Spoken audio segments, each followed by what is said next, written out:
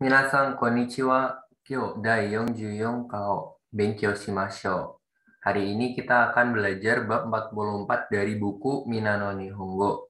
Hai, mazu wa atarashi kotoba o oboemashou. Hai, mazu wa atsui. Atsui itu berarti tebal. Kemudian ada usui. Usui itu berarti tipis. Sugi wa komakai. Nah, komakai ini kecil. Misal komakai okane, uang receh, uang kecil. Hai, sugi wa anzen. Anzen ini keamanan, keselamatan. Kemudian ada kawakimas. Nah, kawakimas ini kering. Nah, misal untuk baju gitu ya. Nangka sentaku mono ga kawakimas, misal gitu. Kemudian ada kuki. Nah, kuki ini bisa berarti udara atau bisa juga atmosfer atau suasana. Kemudian ada sentaku mono. Nah, sentaku mono ini laundry atau cucian baju ya. Hai, ja, sugi wa atarashi kanji desu. Hai, mazu wa atama.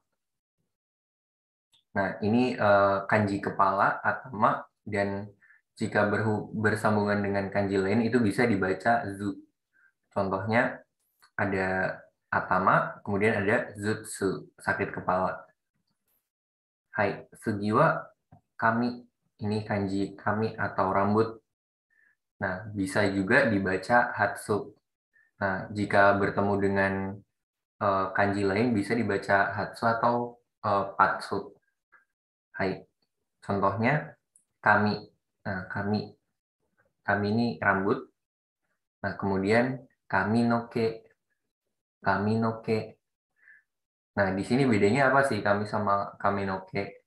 Nah, kalau kami itu rambut bagian manapun itu disebut dengan kami. Nah, untuk rambut yang ada di kepala itu biasanya disebut dengan kami noke. Kemudian ada kamigata. Nah, kamigata ini model rambut. Kemudian ada kimpatsu. Nah, kimpatsu ini ada di ini ya, karakter favorit kalian di Tokyo Revenger, Bang Maiki. Nah, itu rambutnya berwarna kimpatsu, pirang. Hai, ja, sugi, kusuri. Nah, ini adalah kanji obat. Nah, kadang bisa juga dibaca yaku. Hai, contohnya kusuri. Kemudian ada kayaku. Nah, kayaku ini adalah bubuk mesiu. Hai, sugi, kanji itami atau kanji sakit, rasa sakit gitu ya, pain. Nah, itu bisa dibaca itami atau itai. Nah, ketika bergabung dengan kanji lain, itu bisa dibaca contoh kotobanya yaitu itami, rasa sakit, itai, sakit, kemudian ada zutsu, sakit kepala. Hai. Nah, kemudian yang terakhir ini ada di kotoba hari ini ya, yaitu atsui, kanji atsui. Nah, kosakatanya untuk saat ini baru ada atsui. Kemudian usui juga sama. Saat ini baru ada usui. Hai. Ja, minasan, suzukemashou. Hai, kyo wa nani o benkyou shimasu ka? Nah, hari ini kita bakal belajar tentang sugimas atau sugiru. Nah, ini bisa berarti berlebihan atau terlalu. Nah, jadi nanti penggunaannya untuk verb dan untuk kata sifat itu nanti sedikit berbeda. Jadi nanti yang sugimas yang awal yang berlebihan ini itu biasanya adalah sebuah aksi. Sedangkan yang sugimas yang terlalu ini itu biasanya untuk kata sifat. Hai. Nah, untuk yang pertama yaitu sugimashita. Nah, sugimashita ini pembentukannya cukup mudah sama seperti kayak bab kemarin. Jadi cuma masnya aja dihilangin terus ditambah sugimashita. Contohnya, Indomie o tabe sugimashita. Terlalu banyak makan Indomie. Kemudian, Uwasao i sugimashita. Nah, di sini dapat dilihat bagian masnya cukup dihilangkan, terus ditambah sugimashita. Uwasao i sugimashita yo. Kamu terlalu banyak membicarakan, kamu terlalu banyak mengatakan gosip gitu. Nah, terus ini bentuk sugimashita ini itu juga bisa diubah ke bentuk-bentuk lain dan bisa juga kayak sebagai bentuk T atau lainnya itu juga bisa. Contohnya, osake wa nomu, nomi suginai de kudasai. Misal gitu. Osake wa nomi suginai de kudasai. Jangan terlalu banyak minum sake. Nah, di sini mungkin sedikit penjelasan. Biasanya kita tuh apa ya, untuk sugimashita, nah itu tuh biasanya selalu dalam bentuk lampau untuk kata kerja. Kenapa? Karena biasanya kita tuh tidak tahu kita tuh melakukannya dengan berlebihan setelah kita sadar gitu.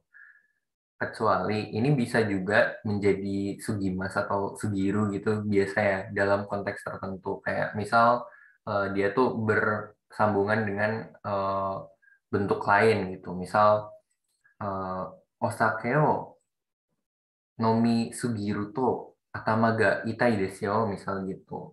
Nah, di situ dia bisa berubah. Nah, cuma untuk yang bentuk basicnya itu biasanya dalam bentuk lampau. Hai.